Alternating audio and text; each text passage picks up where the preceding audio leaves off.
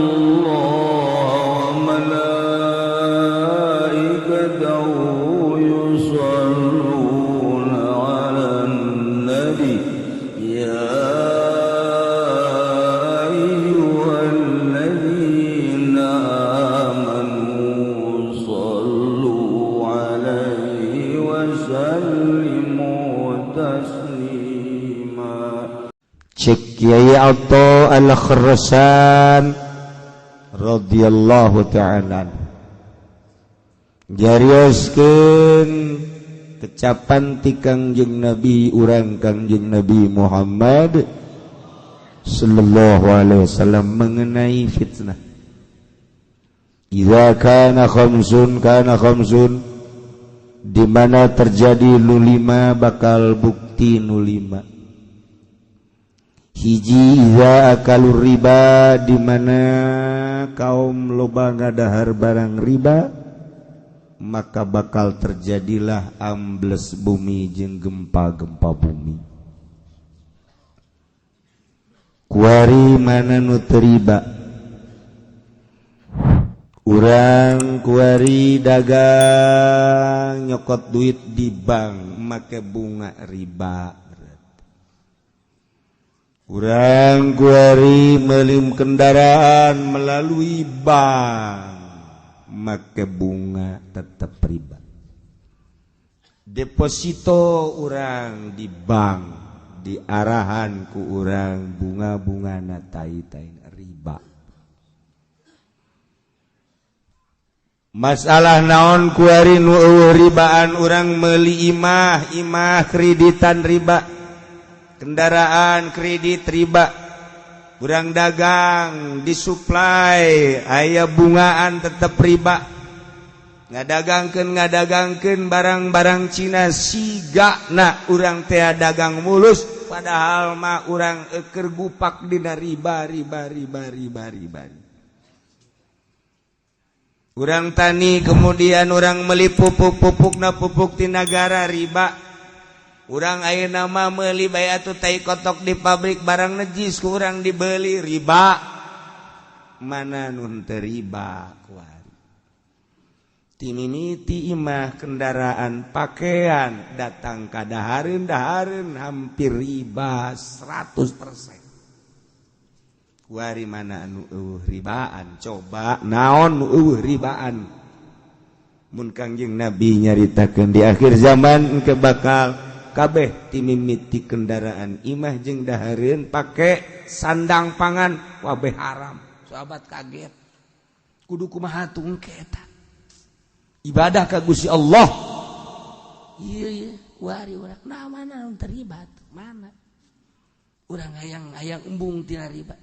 Kiai kuari kiai cicing bae usaha teu naon teu kan dibere ku pelimbah teh biang riba. Kuari kiai cicing bae kemudian dibere ku pamarentah disumbang ku pamarentah pamarentah mah juri riba.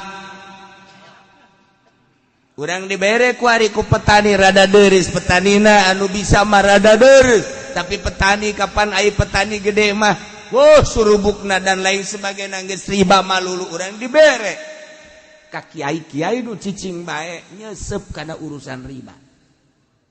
Mana nu teu riba? Iyalah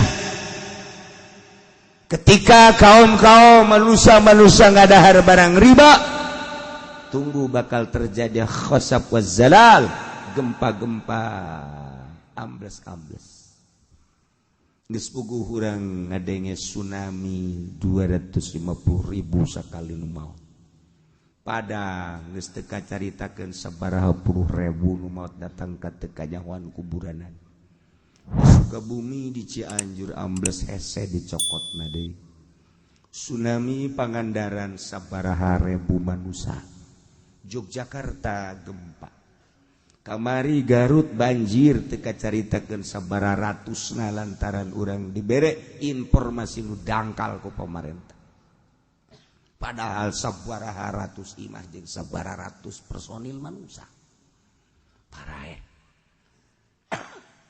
Encan di daerah-daerah nu mamana nu leutik-leutik ieu teh ya mual bisa ditahanan ku kumaha ge sebab Kangjeng Nabi geus caritakeun idza akalur riba kanal khasaf waz zalal di mana geus gadahar riba bakal terjadilah pengamblesan jeung pergempaan cing hade hiji nomor kedua wa idza jaral hukam qahatal matar di mana geus lalacut para jaksa para hakim para pemutus hukum ustad jeung kiai telah menyalahgunakan mana aya kuari hakim anu jujur mana aya jaksa anu jujur boro-boro hakim jeung jaksa anu aya di lingkungan 3 segi emas kiai bae ge kiai geus hese nu kudu hukuman haram tetap haram kiai masih kene ang-angan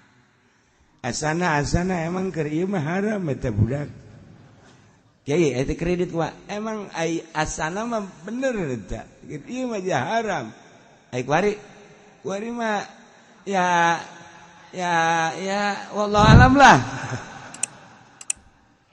baheula sepakat boga bang haram tapi kitabna eta keneh masalahna eta keneh kok ganti tahun ka dieu urang kababawa ka ditu masyaallah karim tinggal tunggu qahatul matar ditahan bakal hujan dina ayana hujan teh jadi kabarokahan biasana turun hujan teh sejuk tiis tapi ieu mah turun hujan keur hujan ge urang hareudang keneh bae baheula mah turun hujan teh jarara di segala rupa jadikeun kasuburan anu pohara kuari mah turun hujan aya aturan tatangkalan di hujanan garing model kuari ieulah akibat pemutus hukum anu henteu jujur 2 nomor katilu wa idza zahara zina wa alanu bihi kana al maut wa kasura fil nas di mana-mana lahir zina bahkan kaum teh geus ngalahirkeun nembrakeun kana zina maka bakal kapanggih engke di kaum paeh-paeh jeung loba parareh ngadadak kuari jelema teh baheula mah kakara rerendengan bae rerendengan ge isin mah urang kampung ka Jakarta balik bareng jeung awewe teu waniun rerendengan ja isin ku urang lembur masih kena aya adab tapi kuari Masya Allah geus lain rerendengan deh silih pacok di jalan Masya Allah geus kasih isin buat budak ngora anu bodoh mah masih keneh rada leuheung lain berarti halal lain berarti menang leuheung masih keneh menggebu syahwatna jeung nafsuna tapi pan kuari mah urang ngadenge naudzubillah summa naudzubillah min zalik lamun nu berpendidikan ai eta guru-guru zararina ari eta anu osok mere petuah-petuah di negara zararina lamun baheula di zaman Pak Harto zaman Pak Adam Malik main bongkar-bongkaran berapa cengceman wanita nu aya di Cipanas nu aya di puncak saat eta main bongkar-bongkaran nu tadina masyarakat teu nyaho di zaman Pak Adam Malik muncul Menteri Penerangan Harmoko tidinya lah main bongkar-bongkaran kanyahoan jenderal anu cengcemana anu menteri anu cengcemana anu eta zaman eta kuari mah geus ambalaya kuari mah lantaran baheula mah disadiakeun teh lamun kunjungan ke negaraan luar negeri ka urang eta teh persediaanana aya di jerona perzinahan deuk dipake deuk henteu kitu kene kunjungan ke negaraan Indonesia ke Amerika ka Inggris ke mana deuk dipake deuk henteu tapi perlengkapanana geus aya kuari mah kunjungan DPR ka daerah bae geus kudu kos kitu jarariji aing mah ngadengeun lamun dibongkar urusan per DPR-an jeung per MPR-an naudzubillah min zalik wa min zalik wa min zalik wa min zalik wa min zalik wa min zalik wa min zalik wa min zalik wa min zalik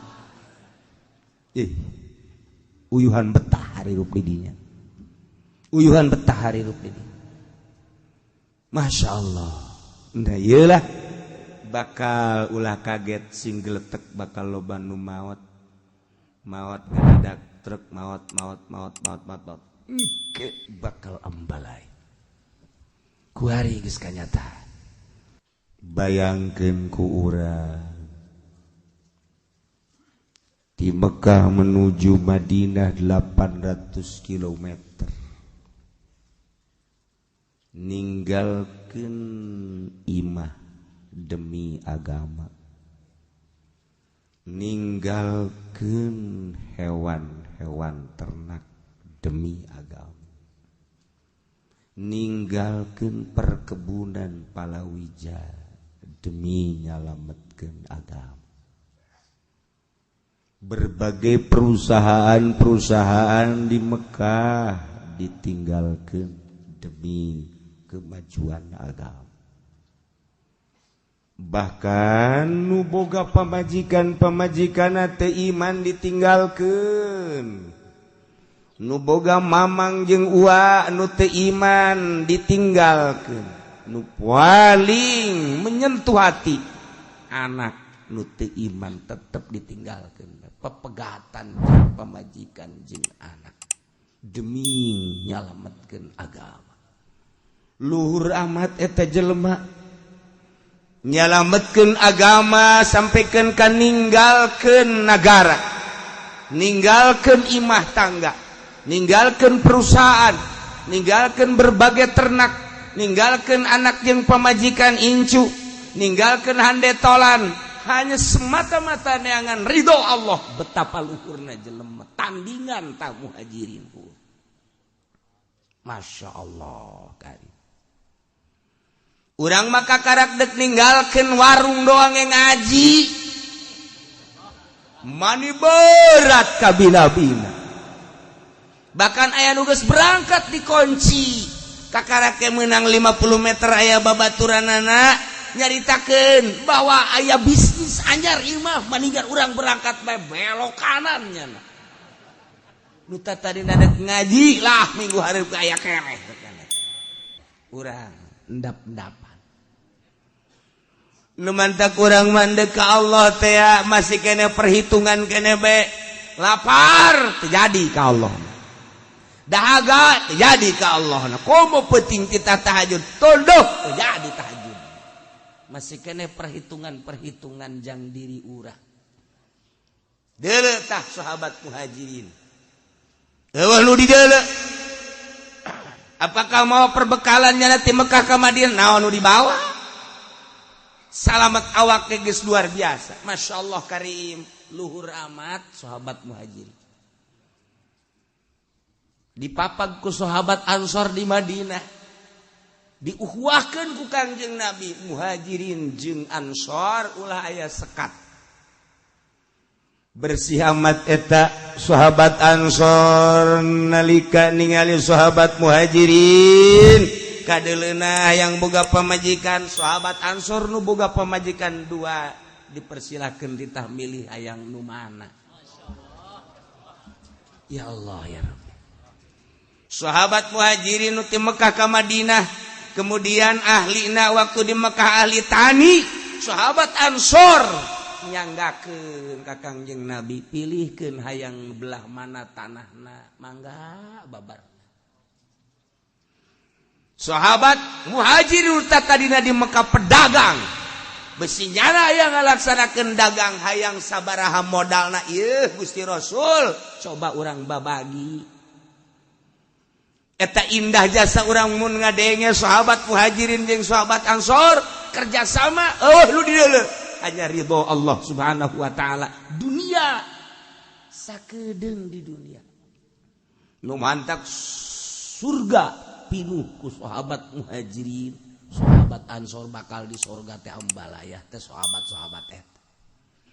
Ketika Kangjeng Nabi diudag-udag ku musyrikin Quraisy di Mekah, sambut ku urang Madinah dengan bahasa nu diabadikeun datang ka ayeuna, tala'al badru alaina min saniyatil wada'i wajaba syukru alaina mada'a lillahi da'i ayyuhal mab'utsu fina jitabil amil mutai. Masya Allah, kun syafi'i ya habibi yaumal hasyi wal timai. Datang ka ayeuna diabadikeun urang nyambut panganten tala'al badru alaina min saniyatil wada. Anggap panganten Kangjeng Nabi. Dia dihormat. Deres panganten mah ditolaalan ge. DPR tukang korupsi tala'al badru mal kebal deuk galedeg ge. Ulah sok ditolaalan kos sekarang itu mah. Masya Allah. Ulah terido aing mah. Datang kiai ahli Allah karak. Tala'al badru alaina min saniyatil wada' wajaba syukru alaina mada'a lillahi da. Sebab ieu penerus Kangjeng Nabi. Nu penerus Kangjeng Nabi elos. Ai bangsa penerus Abu Jahal mah ulah ditolak. Sebab sok salah nolaalan sama. Ulah tuh masyaallah. Geus imam mun aya DPR ulah. Kumaha cenah bupati ulah sarua.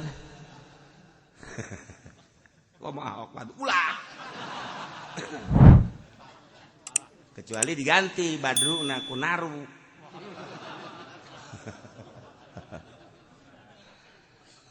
Ayolah Kangjeng Nabi di Madinah disambut.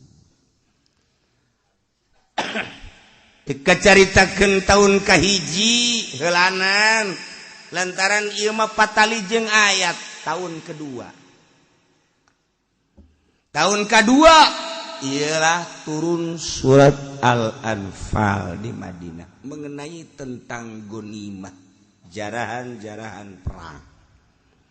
Kangjeng ningkatkeun perjuangan melalui perang lantaran geus teu bisa ku musyawarah, teu bisa ku komunikasi.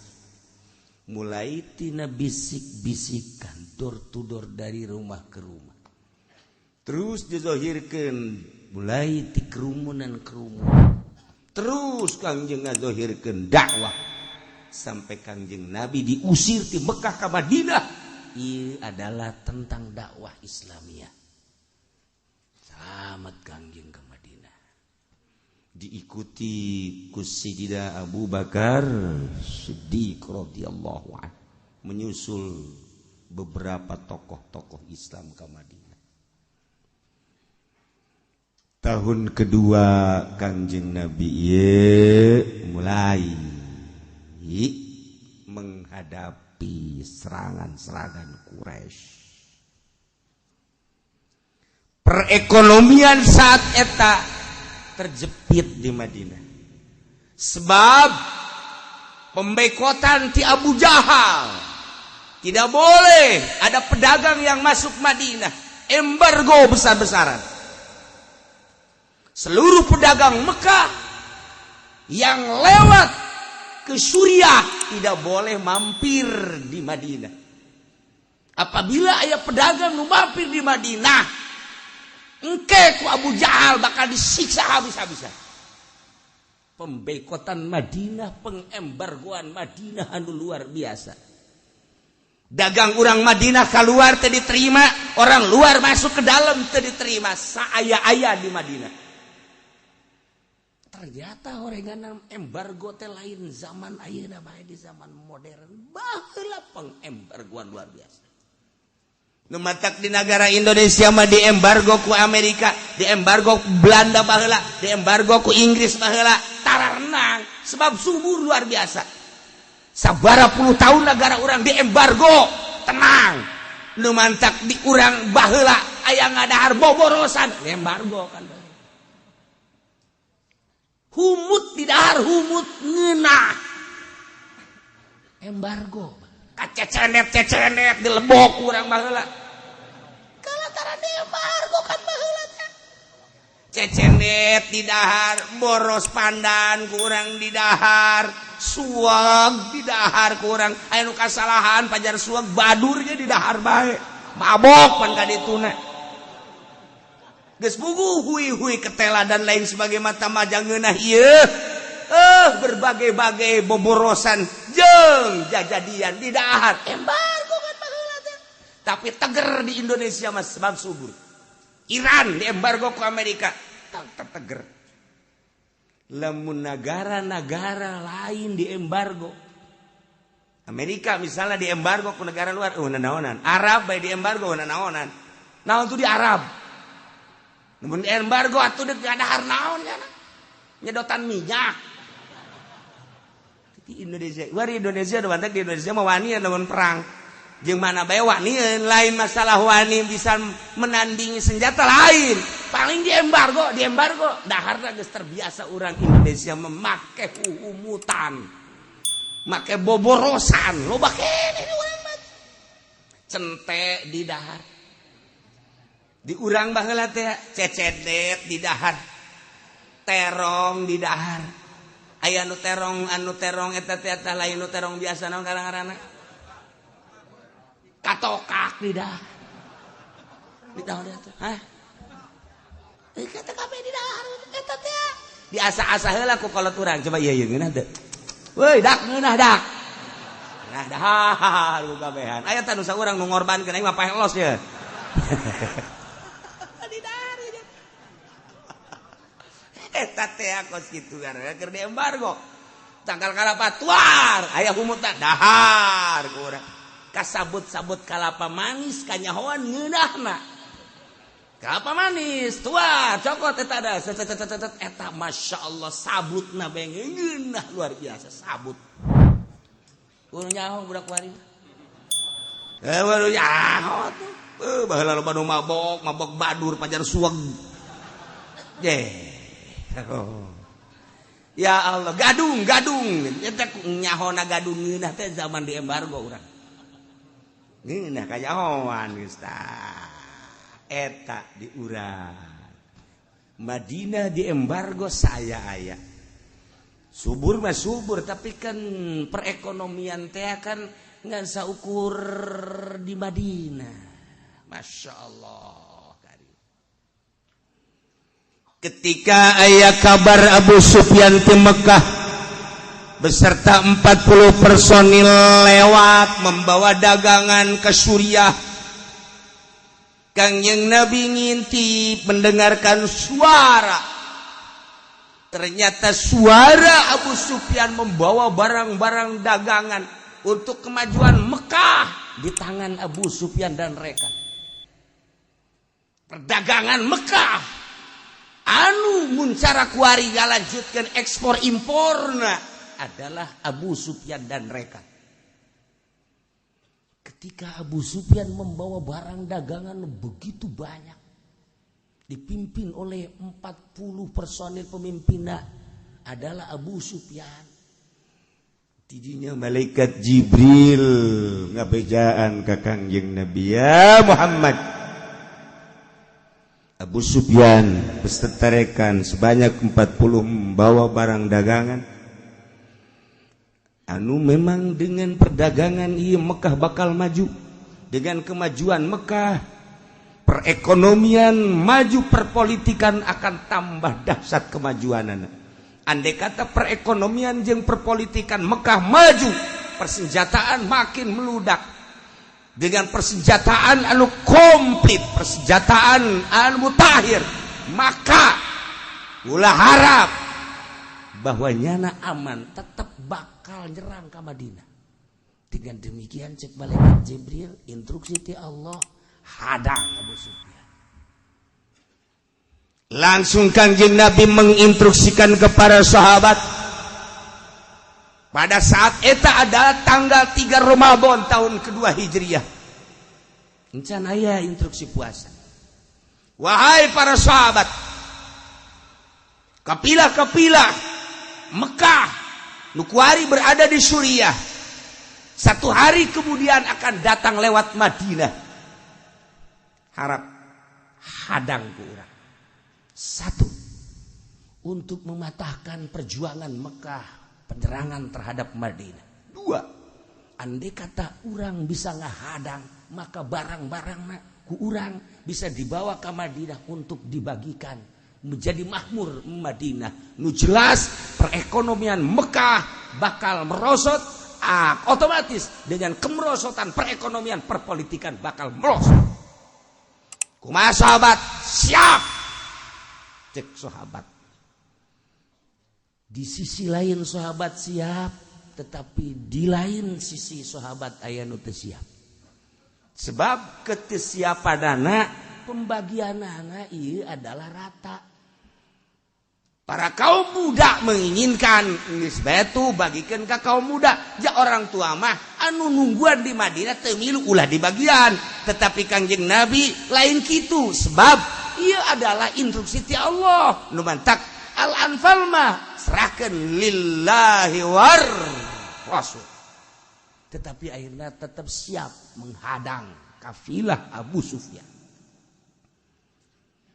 Sebanyak 313 personil berangkat menghadang 40 personil Mekah. Lantaran memang tiba heula ge make mata-mata. Satu hari sebelum datang lewat Madinah, Abu Sufyan make mata-mata. Buser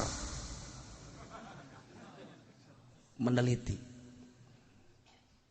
Coba aman apa ente di perjalanan orang lewat Madinah.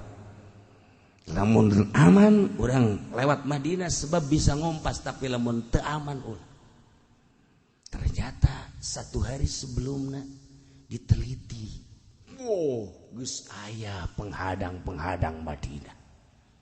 Kembali deui ka Abu Sufyan, teu aman lewat Madinah, orang mesti lewat pinggir laut.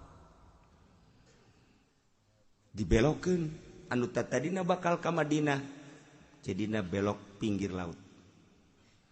Tidinya mengutus salah seorang, cek Abu Sufyan segera datangi Abu Jahal, bahwa rombongan kafilah perdagangan orang ieu bakal dihadang ku rombongan Muhammad Madinah.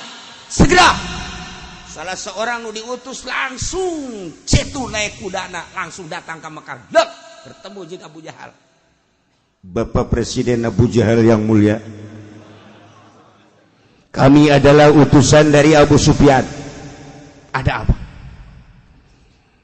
Satu hari sebelum kami berangkat untuk lewat Madinah, kami meneliti, ternyata rombongan Muhammad telah siap untuk menghadang rombongan kafilah Abu Sufyan. Maka dengan demikian kami putar balik. Yang aturannya kami jalan lewat Madinah, kami jalan sahilil bahri, pinggir laut.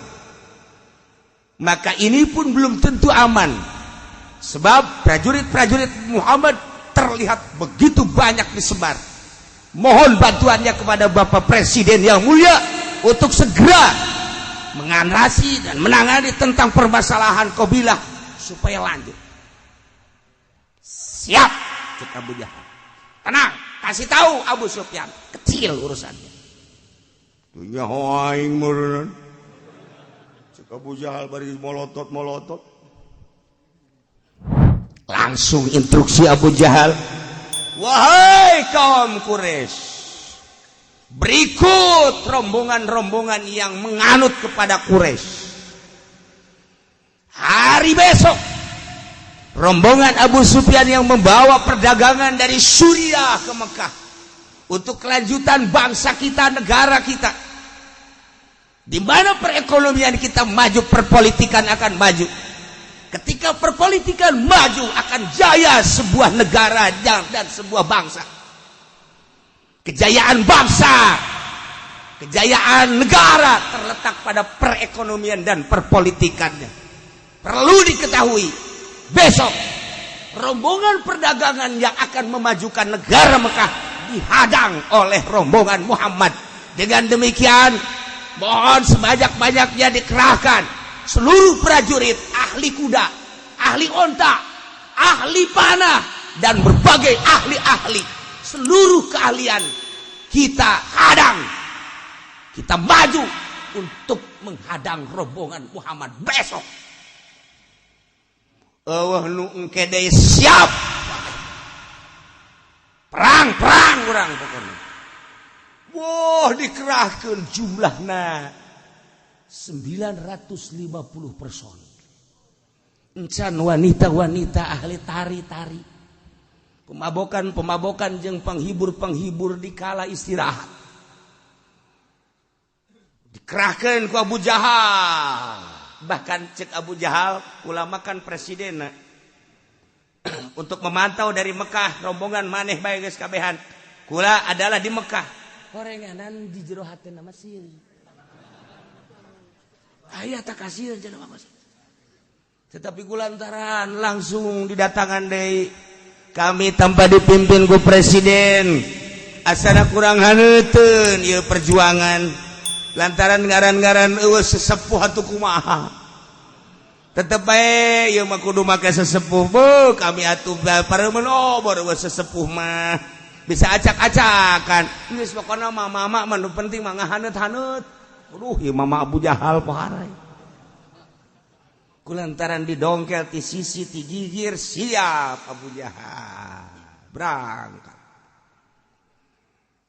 Berangkat 950 personil ahli penunggang kuda, ahli penunggang onta, ahli pemanah, dan ahli segala rupa dikerahkan sebanyak 950 personil ahli perang.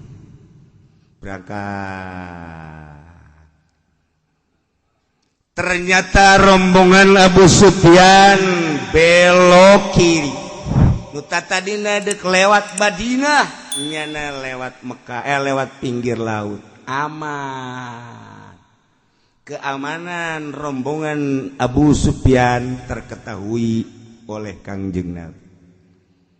Malaikat Jibril turun deui. Cik malaikat Jibril Muhammad, rombongan Abu Sufyan telah selamat memasuki Mekah. Tetapi rombongan Abu Jahal menghadap. Sekarang telah ada di Badar.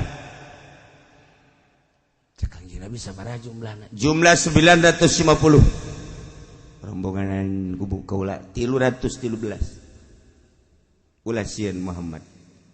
Bantuan kemenangan geus dijelaskeun ku Gusti Allah. Saeutik personil tapi perang bakal menang. Wah, mesti ngabejaan ku malaikat Jibril tuh ngeunah. Urang lamun perang kos kitu mantap atuh. Atuh urang mah nu ngabejaan hansip. Ya. Teu aku nu ngabejaan hansip mah.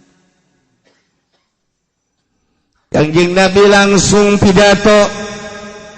Wahai para sahabat-sahabat, perlu diketahui rombongan Abu Sufyan telah selamat mendatangi Mekah.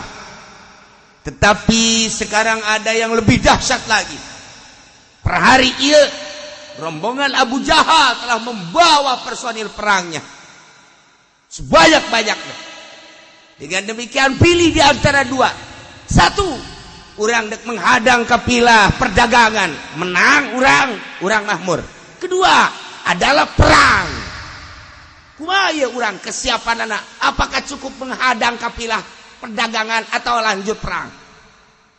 Kabeh bersuara Muhammad, ulah sembarangan. Urang awalna ge neuk menghadang kapilah perdagangan untuk memutuskan perekonomian Mekah. Jeung lamun ku urang beunang kapan perekonomian Madinah ku urang bisa terangkat. Ulah sok aju macem-macem segala perang segala naon. Ieu kan urang tetep persiapan, mana senjatana, mana ahli perangna. Nanya deui ka ieu kitu keneh, nanya deui ka ieu kitu keneh. Kangjeng Nabi langsung tungkul.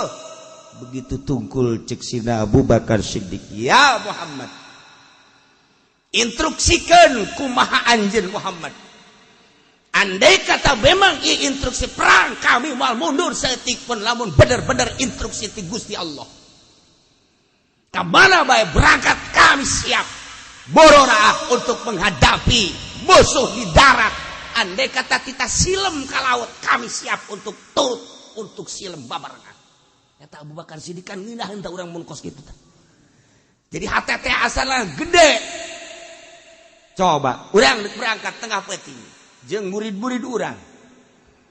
Misalnya ya, kumaha ieu urang menghadapi kuburan. Sedangkan dirinya jelas-jelas sok loba kuntilanak. Cak santri rek ngariung ulah sok nyieun kacau kiai.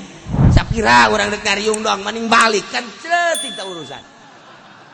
Tapi lamun calak saurang kiai ulah sieun. Urang ieu kan deuk ngariung boro-boro kuntilanak, gajah di pinggang ulah. Ulah sieun. Hayu ulat ieu lah. Lamun aya nu kos kitu kan ngeunaheun. Kan ngeunaheun ieu mah teh kiai daripada urang manggihan kuntilanak mending baralik lah. Ciut teh urang kos kitu.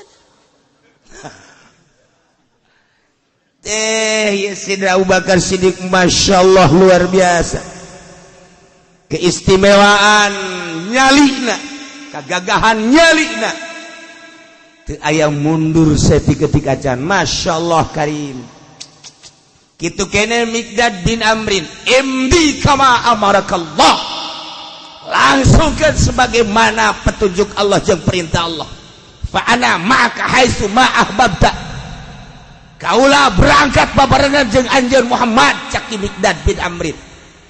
Naon ku anjeun diharapkeun jeung dipikaresep silakan. La naqulu laka kama qalat Banu Israil li Musa. Kami moal ngomong ka anjeun Muhammad cak kumaha kaum Bani Israil ngomong ka Kangjeng Nabi Musa.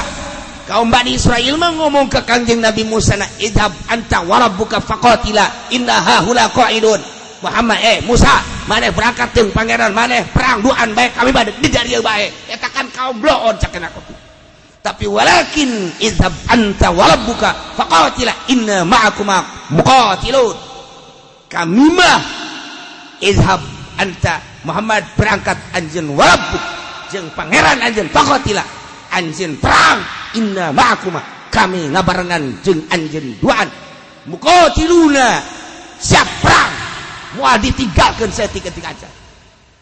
Kangjeng Nabi patabassama senyum. Ngadenge letusan-letusan sahabat anu menggebu teu pernah sieun saeutik-eutik aja. Bahkan aya nu ngomong, "Wahai rombonganna loba." Urang mah saeutik. Ulah sieun ku rombongan lobaan. Lobaan ge ari nyalina jadi cewek baheuna naonan urang saeutikan tapi nyali lalaki ketika urang sieun cekel fler aya sikian tahu lamun urang nyekel fler haju eueuh sikian berarti urang jadi cewek sahabat teh sararieu Masya Allah cik ahli hikmah mah urang ningali dal jeung zal kan akur dal jeung zal teh akur tapi dal jeung zal beda nilaina dal mah nak tunangan 4 tapi zal nak tuna 700 dedeg pangadeg akur dal jeung zal tetapi ternyata orang nilai kekuatanana leuwih tinggi zal kitu keneh manusia kafir manusia muslim manusia tapi dedeg pangadeg dan nu akur nyali nu beda ya nama perang sieun modal urang mah pae surga titik tah urang lamun ngadenge kitu kan buringas perasaan ngeunaheun rasaan teh tapi lamun urang ngaharapi boro-boro neuk nanaon karena kuntilanak doang seserianana aing mah nu teu kuat ge tah eta doang Gusti, ayo ku kuntilanak mah geus sieun. Geus ulah perang nu kos kitu mah tuh. Ulah perang atuh sieun ku kuntilanak mah. Masyaallah karim ieu sahabat-sahabat Kangjeng Nabi luar biasa. Eueuh sieun saeutik-eutik acan. Di antarana deui aya nu berbahasa tinggi sahabat. Jeung sahabat law istaradta bila hadzal bahra lamun anjeun mengarungi lautan fatuh kami ge siap untuk mengarungi lautan bakhadnahu ma taqallafa minna ahadun moal aya nu tinggalun saurang-urang acan wa ma nakrahu an talqiya bina atuana kasieun kami menghadapi musuh siap dikira habae wa innal sabru innal haram siap la'allallah yurika minna ma takarra bihi ainu pasirna berangkat ayo ala barakatillah Kanjeng Nabi ngadenge kitu kan mantep luar biasa. Maka rombongan Abu Jahal sebanyak 950 dengan persenjataan anu komplit mutakhir.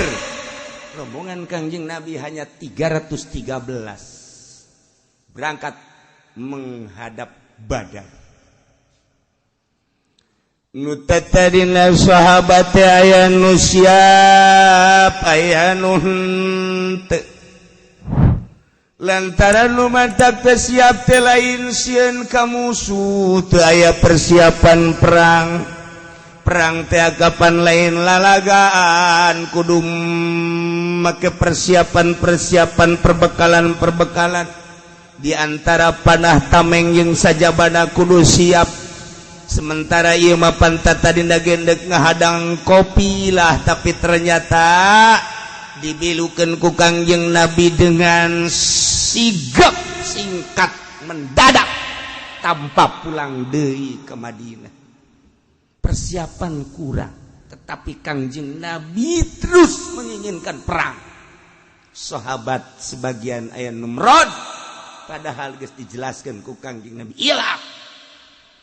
Iyalah turun ayat.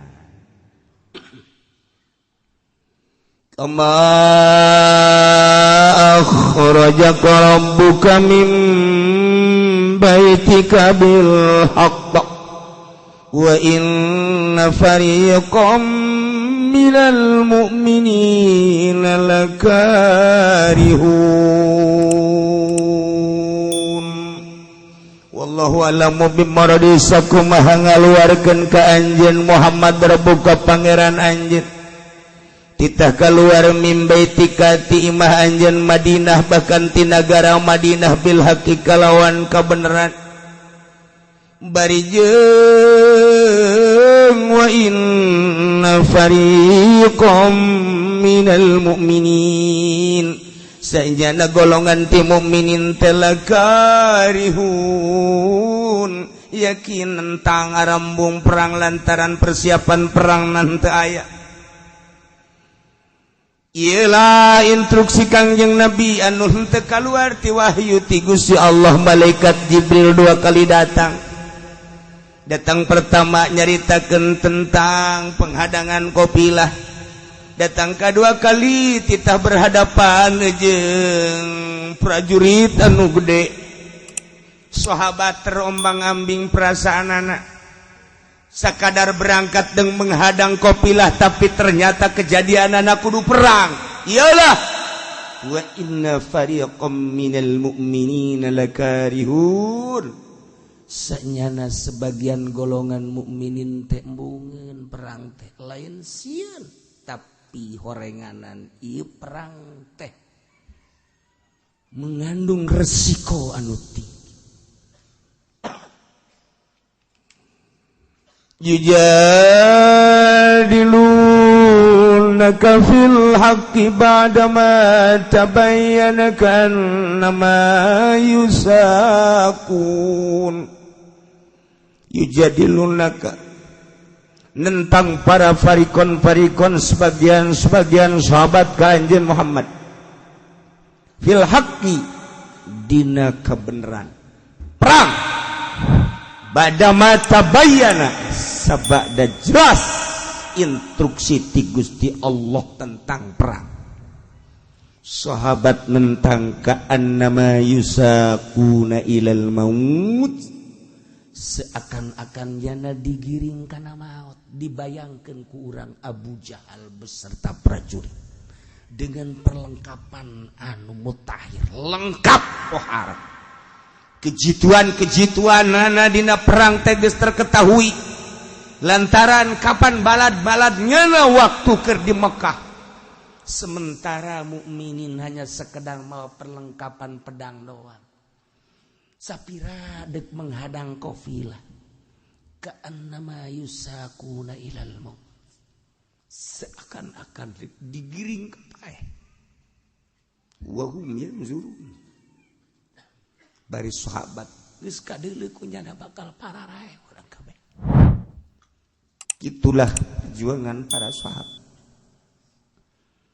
iya nanti nyata urang bakal parah. Iyalah alasan dikarohatihim lah dina embung para sahabat perang teh lain sih, tetapi dengan kuantitas saeutik sakadar 313 kelengkapan hanya sekedar pedang. Sementara di Mekah geus kadenge sahengna Abu Jahal beserta prajurit-prajuritna. Tetapi dengan kebesaran nyali mukminin Sayyidina Abu Bakar Siddiq, Sayyidina Umar, Sayyidina Miqdad jeung berbagai sahabat-sahabat anu lain tampil dengan prima, siap untuk menghadapi perang di Badar.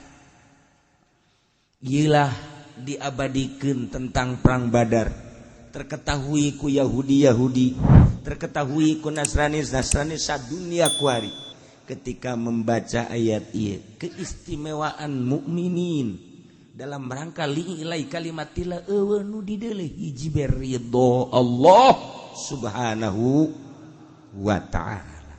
Maka ayat ieu lain lalagaan jang ngajadikeun motor ka urang sebagai mukminin untuk menghadapi peperangan jeung kafirin. Ulah sieun setik-etik aja. Teu kudu sieun ku mutakhirna perlengkapan. Teu kudu sieun ku lobana musuh. Lantaran mukminin mah dilindungi ku Allah Subhanahu wa taala. Hiji, menang luhur agama. Eleh korban pae surga. Sakumaha mukminin waktu ndek ngahadang ge loba anu embungeun lantaran embungeunana lain sieun sebab pembahagianana ternyata kudu akur bae diserahkeun ka Allah jeung Rasulna. Kama akhrajaka rabbuka sakumaha ngaluarkeun ka anjeun Muhammad rabbuka pangeran anjeun min baitika ti nagara anjeun ti imah anjeun Madinah bil haqqi kalawan mawa kabeneran nyata langsung instruksi ti Gusti Allah bari sebahagian sahabat teh arembungeun sakumaha arembungeunana sahabat anu deuk berangkat deuk menghadang perang ge embung ku sebab naon persiapanana teu lengkap. Setelah Kangjeng Nabi nyaritakeun ieu adalah momen anu moal aya duana sebab kula instruksi lain ti diri kura Jibril datang ka kula titah menghadapi peperangan anu dahsyat. Ulah sieun saeutik-eutik aja. Maka sahabat siap nu tadina rada hembar-hembir, nu tadina rada suan sieun, nu tadina dibere embung perang, tapi ternyata waletupan bahasa-bahasa sahabat anu nyalina gede, Abu Bakar, Miqdad dan lain-lain sebagainya. Mundur jeung eueuh sieun saeutik-eutik acan kabawa nu sejen ge. Siap perang tempur walaupun kuku mage urang laksanakeun perang menghadapi prajurit-prajurit Abu Jahal datang ke Badar. Masya Allah. Selama Abu Jahal menunggu kedatangan Muhammad lantaran Kangjeng Nabi Muhammad teh ayana di belah kananeun Badar, Abu Jahal teh dirinya hiburan minum-minuman heula. Abu Jahal beserta rekan teh tidinya tagonian nyanyi-nyanyian heula. Abu Jahal teh tidinya teh menunggu kedatangan Muhammad. Mencit ontana ge sapoe teh kadang-kadang aya 10, kadang-kadang 9, kadang-kadang leuwih. Matak Sayyidina Ali teh pangjitu-jituna jelema menerka rombongan Abu Jahal. Aya 2 jelema nu didatangan ku Sayyidina Ali. Begitu didatangan Sayyidina Ali, "Hei, maneh keur naon?" Ngalacai. "Rombongan di mana maneh?" "Ulah rombongan Abu Jahal." Di mana ayeuna? Lembah Badar. Di sabaraha poe? Mungkin geus aya 3 poe. Sapoena sabaraha eta nya mencet onta? Pertama 9, 2 10, 3 mah 11. Dikira-kirakeun ku Sina Ali, berarti 1000 kurang 950 kira-kira. Jago Sina Ali. Tidak 9 onta, berarti sekian personil manusia. Ternyata teu meleset Sidina Ali. Nailah peperangan anu dahsyat. Hanya semata-mata dek neangan ridho Allah Subhanahu wa ta'ala. Maka ayat ieu diabadikeun khusus jang peperangan umumna bagi nu dek neangan ridho Allah Subhanahu wa ta'ala.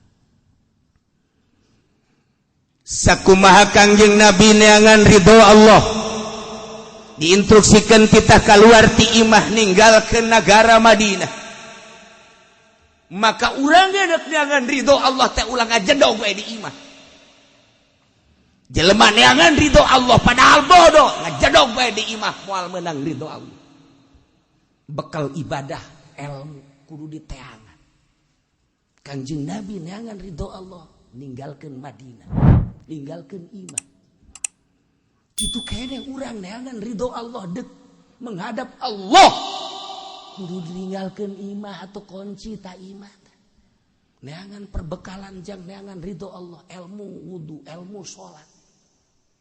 Numantak lamun hayang nyaho prajurit-prajurit Allah, etalah prajurit Allah teh nu berangkat ke medan laga ngalawan musuh-musuh Allah banggul senjata.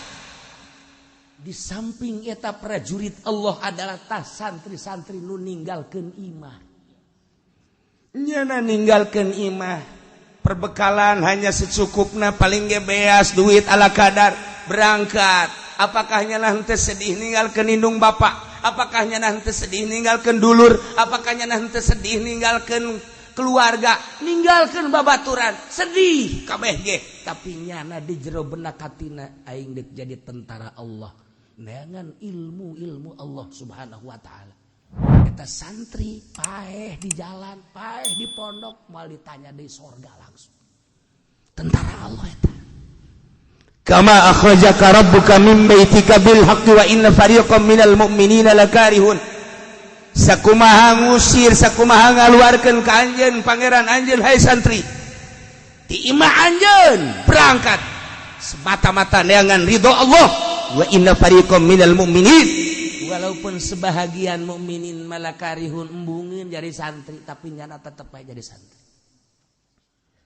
Yujadilunaka fil haqqi, dibantah ke sebagian rombongan manusia dalam kebenaran ba'da mata bayana, setelah nyata-nyata bahwa mondok teh neangan ridho Allah, ka'annama yusakuna ilal maut, seakan-akan nyana teh digiring ka pae sapira santri. Paling ge mawa beas teh sagantang. Duitna teh paling ge sabaraha duit 100 200. Menang sapoe 2 poe geus beak ka dituna. Geus hese deui nyana dek balik jauh ka ditu. Nu mere eueuh. Mantak santri teh parwasa bae. Laletik awakna ge. Tadi nama keur mondok kakarak asup 40 kilo barang menang sabulan ku geus 60 kilo. Oh jadi beda. Santri kuari beda jeung santri baheula. Jadi geus teu menghadapi maut kuari mah santri kuari mah sesenangan sarua bae. Anu kuduna mah ka'annama yusakuna ilal maut wa hum yanzurun. Seakan-akan digiring ka pae santri teh santri baheula lamun dongeng almarhum bayi abah di dieu. Terus masantren ka dia kemana ka Kidahlan. Suatu saat jana di dinya teh kekurangan modal kan mawa naon karu. Terus baheula mah kabelah itu kan tani. Setengah liter, setengah liter. Geus rada loba balik datang ka pondok. Teu ka mana-mana. Terus masantren ka Kosambi sarua bae.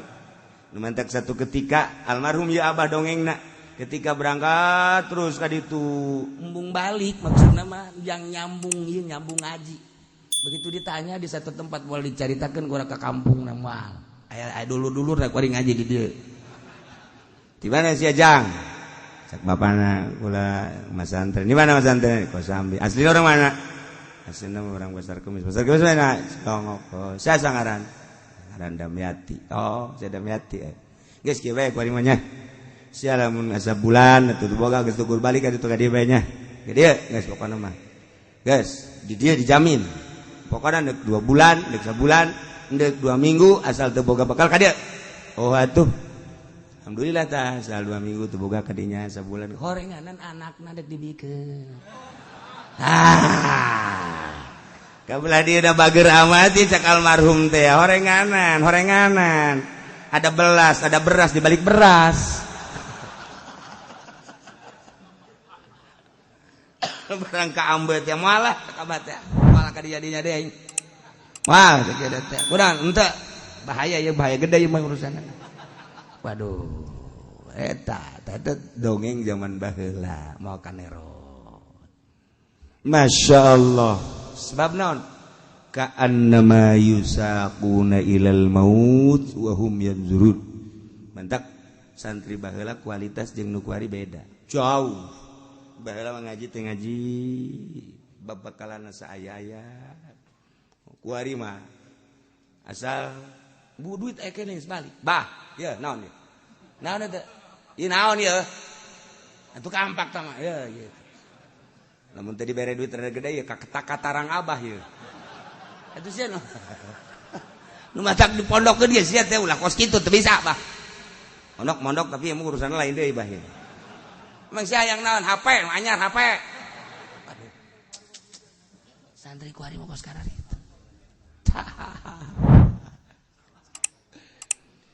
Nomor kahiji nyaritakeun indit Kangjeng Nabi ti nagara Madinah beserta para sahabat hendak perang ngaluhurkeun agama Allah menghadapi musuh-musuh Allah. Nomor kaduana santri anu kudu kaluar ti lemburna masing-masing dek neangan ilmu-ilmu Allah jang ngaluhurkeun ngajungjung agama Allah. Nomor katiluna urang ibadah ka Gusti Allah teh kudu bisa kaluar ti nagara urang. Nagara urang teh awak urang teh loba kabutuh dahar jeung nginum sare jeung gima eta teh nagara urang. Urang lamun ibadah teh ngajujurung awak bae atuh kitu bae isuk dahar ke sore dahar. Kitu kene nginum deui ke ngarokok terus bae sare kabelah dituna atuh teh yang boga pemajikan moal jadi wali ibadah aya di negara urang bae. Urang kudu kaluar di negara urang, negara perwatakan awak urang. Mata teh ngabogaan perwatakan urang kudu kaluar tina perwatakan negara mata. Celi urang teh ngabogaan perwatakan urang kudu kaluar tina nagara perwatakan celi. Urang teh kudu boga kudu naon sungut urang teh ngabogaan perwatakan hayang nu ladat-ladat. Urang kudu kaluar tina perwatakan nagara sungut nu ladat-ladat. Kitu keneh beteung kitu keneh dubur kitu keneh zakar. Lamun urang can bisa kaluar tina nagara perwatakan urang moal jadi arif billah moal jadi wali Allah. Anu moal jadi wali Allah urang jadi jelema biasa lumrahna biasa jelema bae. Sedengkeun moal jadikeun panutan ku Gusti Allah hiji jelema sanajan udang-udangna gede jubahna ngangsar moal dijadikeun panutan ku Gusti Allah sanajan ilmu tafsirna hebat. Sanajan ilmu fikih peserta ilmu fikih usul fikih na hebat ilmu alat ta hebat mencakup 12 pandi dirina tapi lamun di jero hatena masih keneh aya luar daripada Allah moal dijadikeun panutan ku Gusti Allah janji Gusti Allah moal ngajadikeun imam ka hiji jelema nu di jero hatena acak-acakan salian ti Allah aya di jero hatena moal dijadikeun imam ka jeung kumaha ge tama geus janji Allah nu bakal dijadikeun imam nu pinter nu di jero hatena eueuh nanaona urang mah kapan lamun leuleuh gudang teh pohara jasa boy tadi gudang macem-macem horenganan urang mah teu pernah ngaragap diri di hate urang leuwih tibatan gudang barang macem-macem jadikan gudang matu bangunan, jadikan gudang matu bangunan, ulah jero kolbu dijadikan bangunan, dijadikan gudang. Mobil aya di kolbu, motor aya di kolbu, jabatan aya di kolbu, tahta aya di kolbu, wanita aya di kolbu, pas sedak-sedak di jero kolbu orang, horenganan kolbu orang teh jadi gudang segala rupa, moal dijadikan imam, moal dijadikan panutan, jelema jero kolbuna. Loba macem-macem barang-barang dunia. Ialah satu ayat, kama akhrajaka rabbuka min baitika bil haqqi wa inna fariqam minal mu'minina lakarihun. Diturunkan tahun kedua Ramadan Hijriah, jang perang ngalawan musuh Allah, dijadikan ku ahli suluk jang paranti niangan ridho Allah, dijadikan ku ahli hakikat sebagai keluar ti negara sorangan. Awak urang teh negara urang, satungtung urang teh keluar ti negara urang mal jadi arif billah.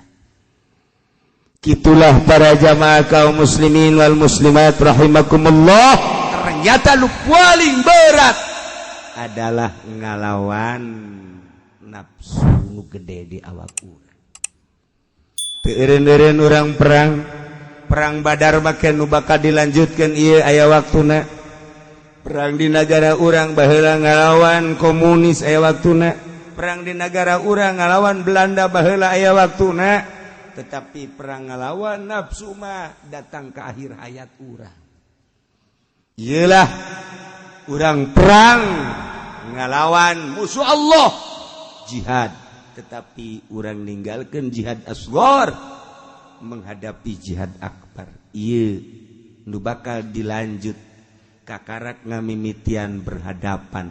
Muhammad beserta para rombongan geus menghadap ke Badar. Di Badar geus ditungguan ku rombongan Abu Jahal. Rombongan Abu Jahal 950 nu handle rombongan Kangjeng Nabi hajat 313. Eta ge persiapanna untuk perang teu aya, tapi dijadikan ku Kangjeng Nabi. Iyalah sebagian sahabat embung lantaran nu mantak embung persiapan perang nah teu aya. Tapi ketika ngadenge rombongan Kangjeng Nabi anu nyalina benar-benar nyali Allah, nyalina benar-benar nyali lelaki, kabawa ku nyali tersebut nu lainnya siap. Kos gitulah sejarah perang Badar.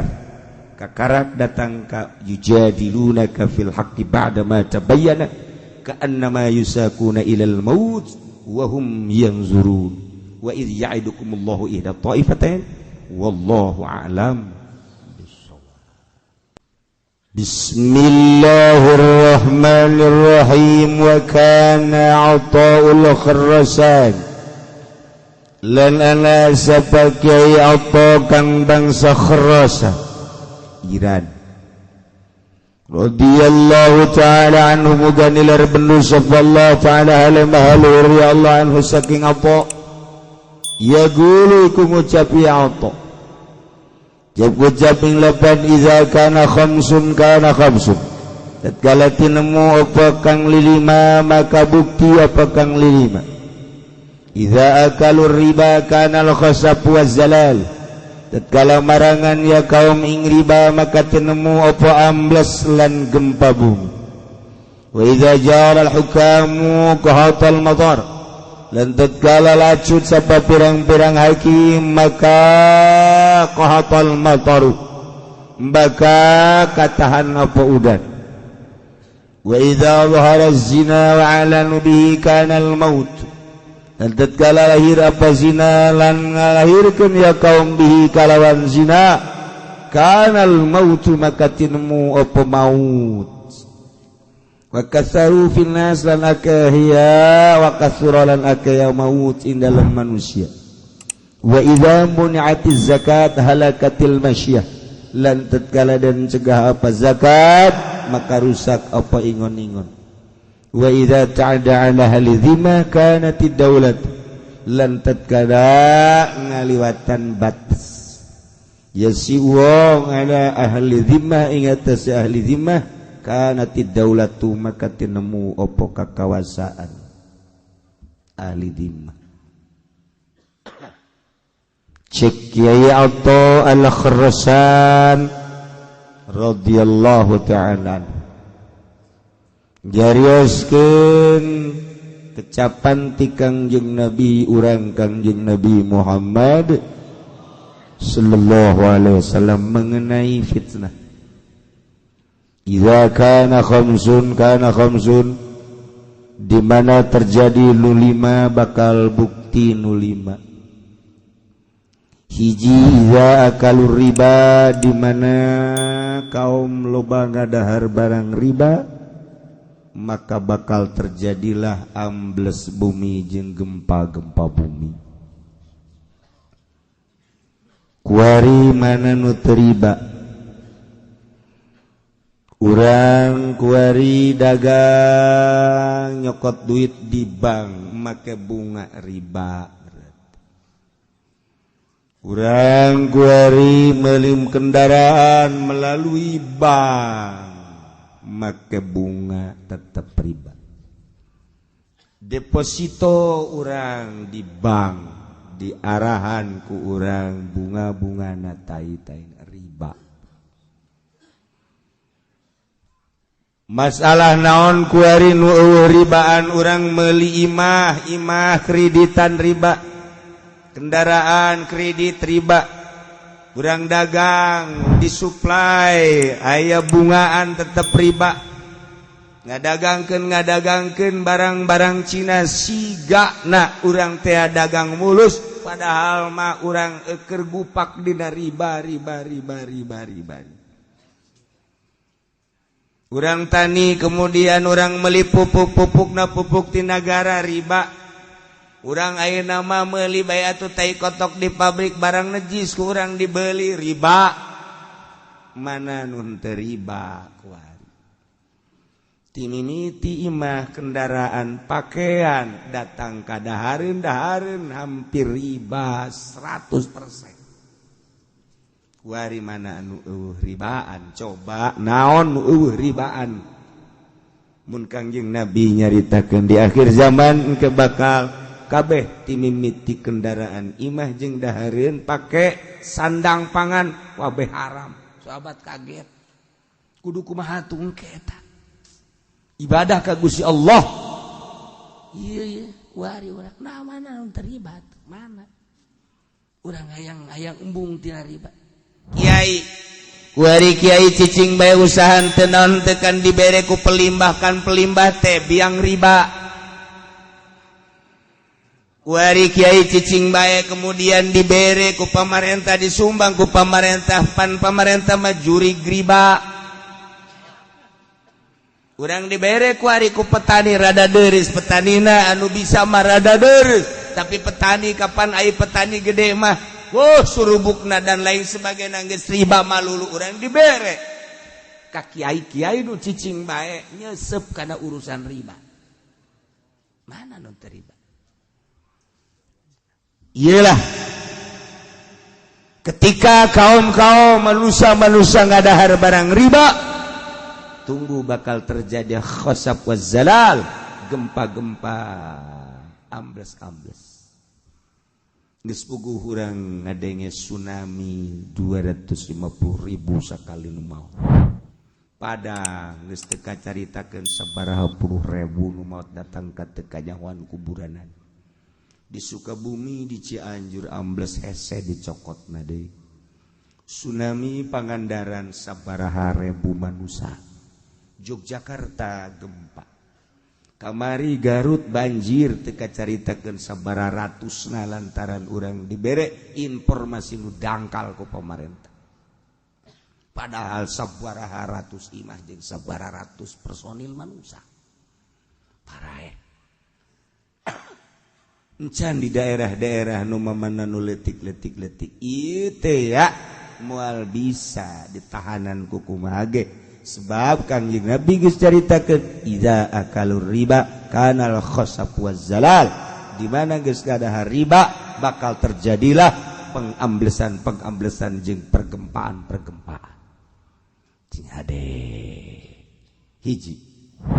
Nomor kedua, wa iza jaral hukam qahatal matar, di mana geus lalacut para jaksa, para hakim, para pemutus hukum, ustad jeung kiai telah menyalahgunakeun mana aya ku ari hakim anu jujur, mana aya jaksa anu jujur. Boro-boro hakim jeung jaksa anu aya di lingkungan 3 segi emas, kiai bae ge kiai geus hese. Nu kudu hukuman haram tetap haram, kiai masih kene ang-angan. Asana emang keur ieu mah haram eta budak. Kiai eta kredit wa emang ai asana mah bener eta. Ieu mah jah haram. Ai kuari mah ya wallahu alam lah. Baheula sepakat boga bang haram kitabna eta keneh, masalahna eta keneh. Kok ganti tahun ka dieu urang kabawa ka ditu. Masyaallah karim. Tinggal tunggu qahatul matar. Ditahan bakal hujan, dina ayana hujan teh jadi kabarokahan. Biasana turun hujan teh sejuk tiis, tapi ieu mah turun hujan keur hujanna ge urang hareudang keneh bae.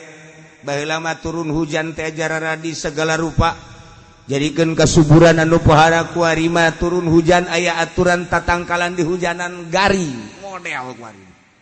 Iyalah akibat pemutus hukum anu henteu jujur. 2. Nomor katilu, wa idza zahara zina wa alanu bihi kana al maut wa kasura fil nas.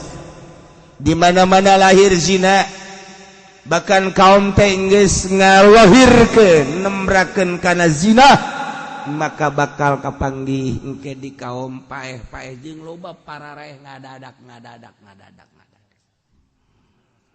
Kuari jelema teh baheula mah kakara rerendengan bae rerendengan ge isin mah. Urang kampung ka Jakarta balik bareng jeung awewe teu wani rerendengan ja isin ku urang lembur. Masih kena aya adab. Tapi kuari masyaallah geus lain rerendengan deui, silih pacok di jalan semua. Masyaallah. Geus ka isin buat. Budak ngora anu bodoh mah masih keneh rada leuheung, lain berarti halal, lain berarti menang leuheung, masih keneh menggebu syahwatna jeung nafsuna. Tapi pan kuari mah urang ngadengen naudzubillah summa naudzubillah min zalik. Lamun nu berpendidikan ai eta guru-guru zararina. Dari eta anu osok mere petuah-petuah di negara zararina. Lamun baheula di zaman Pak Harto, zaman Pak Adam Malik main bongkar-bongkaran, berapa cengceman wanita nu aya di Cipanas, nu aya di puncak. Saat eta main bongkar-bongkaran, nu tadina masyarakat teu nyaho. Di zaman Pak Adam Malik muncul Menteri Penerangan Harmoko. Tidinya lah main bongkar-bongkaran kanyahoan jenderal anu cengcemana anu, menteri anu cengcemana anu. Eta zaman eta kuari mah geus ambalaya kuari mah. Lantaran baheula mah disadiakeun teh lamun kunjungan ke negaraan luar negeri ka urang, eta teh persediaanana aya di jerona perzinahan deuk dipake deuk henteu. Kitu kene kunjungan ke negaraan Indonesia ke Amerika, ke Inggris, ke mana? Dek dipake dek henteu, tapi perlengkapanana geus aya. Kuari mah kunjungan DPR ka daerah bae geus kudu kos kitu. Jarariji aing mah ngadengeun. Lamun dibongkar urusan per DPR-an jeung per MPR-an, naudzubillah min zalik wa min zalik wa min zalik wa min zalik wa min zalik wa min zalik wa min zalik wa min zalik wa min zalik. Uyuhan betah hari rup didinya. Uyuhan betah hari rup ini. Masya Allah.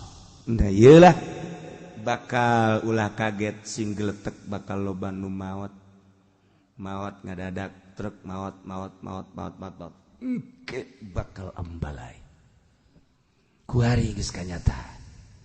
Wa idza muniyatiz zakat, di mana teu daek zakat jalma halakatil masyah, bakal rusak sato-sato hewan. Lantaran eueuh kajujuran kan manusia. Kalimah wa iza ta'adda ala ahli dhimmah, di mana berlebihan terhadap ahli dhimmah. Kafir-kafir anu bayar upeti di negara, di urang ieu WNA, WNI, warga negara Indonesia asli, WNI anu nyieun warga negara, baik eta bule maupun eta orang RRC atau sekitarna nyana domisili di urang, bayar upeti kan ka negara. Ketika urang ndak berlebihan terhadap manehanana, dimomoy ku urang, sehingga dengan kamomoyan negara urang nyana bisa laluasa di urang, bergerak perekonomian, bahkan lain sekedar perekonomian, nyana bergerak perpolitikan mengalahkan pribumi. Iyalah akibat ta'ada ala ahli dhimmah, orang pribumi ngamomoy ahli dhimmah karena tidaulah kekuasaan bakal dicekel ku jelema-jelema kafir. Urang kene nu salah. Datangnya nak mawa duit ke DPR diterima, nyana bisa laluasa gerak. Nyana datang ke atasan mawa duit diterima, atuh kan laluasa. Boro-boro eta deui dewan jeung pemerintah dibawakeun ka golongan, ka organisasi Islam, diterima, atuh nyana leuwih laluasa gerak. Maka lain sekadar perekonomian ku ari nu dikuasai ku ahli dhimmah yane kafir, bahkan perpolitikan geus dikuasai ku nya. Akibat urangna lengah. Kunaon atuh mun cara lalayangan terus we diulur. Hanya sekedar sebuah kendaraan, hanya sekedar sebuah penghargaan, hanya sekedar sebuah dunia, tapi acak-acakan makan kabehan. Iyalah lamun jelema geus berlebihan terhadap ahli dhimmah yakni kafir-kafir, kana tidaulah bakal ayalah kekuasaan dikuasai ku kafir. Baheula mah masih kene terpimpin di zaman Pak Harto teu bisa gerak. Nyana silakan perekonomian gerak hanya sebatas ekonomi, tetapi aya aturan-aturan main. Setelah dibuka blak kuari geus bararuncul kafir-kafir nu jadi bupati, jadi gubernur. Urang geus teu berdaya kuari. Akibat urangna kene lunak ku dunia. Tinggal diperhatikan ku urang ka hareup. Lantaran negara makin bok-brok, negara makin kacau, negara makin amburadul. Lain eueuh di luhur teh anu barisa ngaji, lain eueuh di luhur nu talar Quran. Tetapi naon hartina Quran ditalar lamun eueuh mangpaatna jang negara. Naon hartina kapinteranana seorang menteri lamun kamangpaatana teu karasa ku urang. Naon hartina sebuah organisasi Islam lamun memang teu karasa ku urang. Mana atuh ieu napas-napas Islamna? Tarolah napas-napas demokrasina mana atuh kuari. Lantaran lunak terhadap ahli dhimmah, kekuasaan bakal dicekel ku ahli dhimmah. Tinggal orang introspeksi, negara nu sakieu gedena dicekel ku bangsa Indonesia nu sakieu lobana jeung palalinterna. Kok hanya segerintil dua gerintil manusia bisa menguasai urang.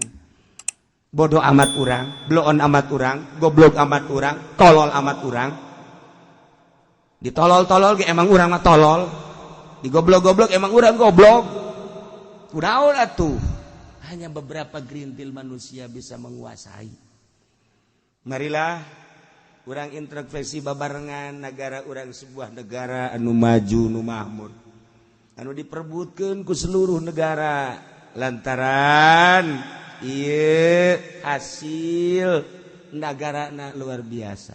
Geus puguh pertanian, logam, minyak, kayu, segala rupa aya di urang. Bahkan aya seberapa pulau anu encan pernah dijamah ku tangan-tangan manusia.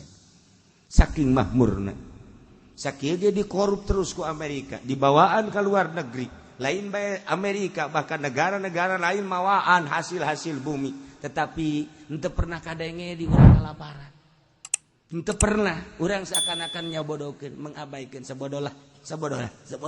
Tetapi lamun geus menguasai negara, berarti kan gede dicaplok ieu negara urang. Urang berpikir.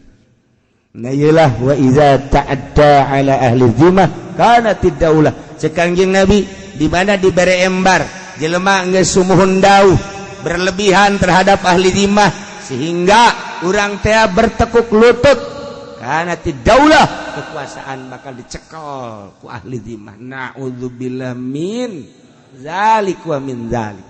Urang mangomong ku kumaha ge sapira urang jelema nu aya di handap boro-boro polisi jeung abri hansip ge lain urang boro-boro budayawan urang mah puguh ngaji ge sapira ieu mah jeung jelema frustasi mah lulu kabeh jelema anu empes-empesan kabeh ge ngan sakadar bisa ngomong jeung ngadoa we ka Allah mudah-mudahan di negara umat urang ku Gusti Allah diamankeun negara urang ku Gusti Allah diperhatikeun negara urang ku Gusti Allah dijujurkeun jeung diadilkeun negara urang ku Gusti Allah diamankeun sehingga urang nu ngeusian negara bisa jadi ngarasakeun katentreman jeung keamananana jang kelanjutan hirup urang anak urang incu urang jeung balerea supaya tentrem subur mahmur loh jinawi bi barakati ummil Quran al-Fatihah.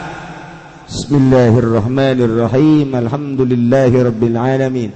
Arrahmanirrahim maliki yaumiddin. Iyyaka na'budu wa iyyaka nasta'in. Ihdinas siratal mustaqim. Shiratal ladzina an'amta 'alaihim ghairil maghdubi 'alaihim waladdallin.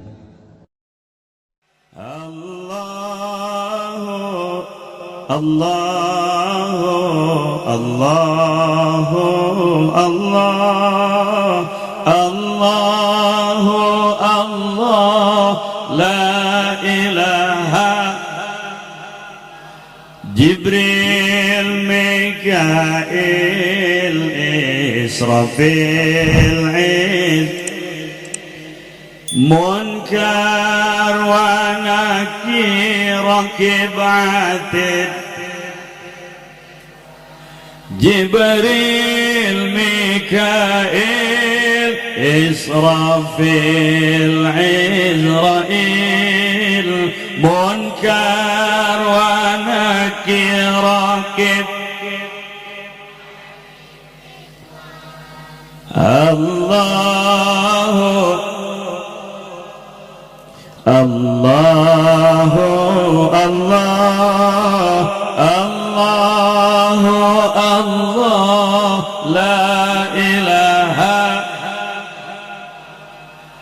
kahiji Nabi Adam kadua Nabi Idris katilu Nabi Nuh kaopat Nabi Hud kalima Nabi Saleh kagenep Nabi Ibrahim katujuh Nabi Lut kadalapan Nabi Ismail sambilan Nabi Ishaq 10 Nabi Ya'qub 11 Nabi Yusuf 12 Nabi Ayub 13 Nabi Syu'aib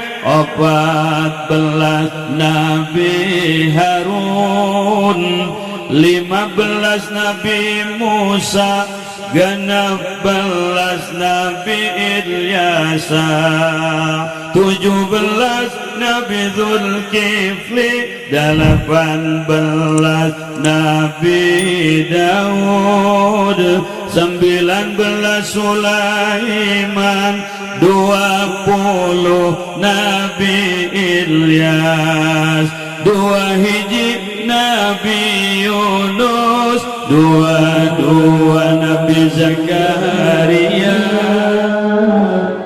20 Nabi Yahya 24 Nabi Isa 25 Nabi Muhammad sallallahu alaihi wasallam moal ayat Nabi dugi kapoe moal aya deui nabi dugi ka poe Allahu Allahu Allahu Allah Allahu Allah la ilaha Jibril Mikail Israfil Munkar wa Nakir Rakib Atid Jibril Mikail Israfil Izrail Munkar wa Nakir Rakib Allahu Allahu Allah Allahu Allah la ilaha kahiji Nabi Adam kadua Nabi Idris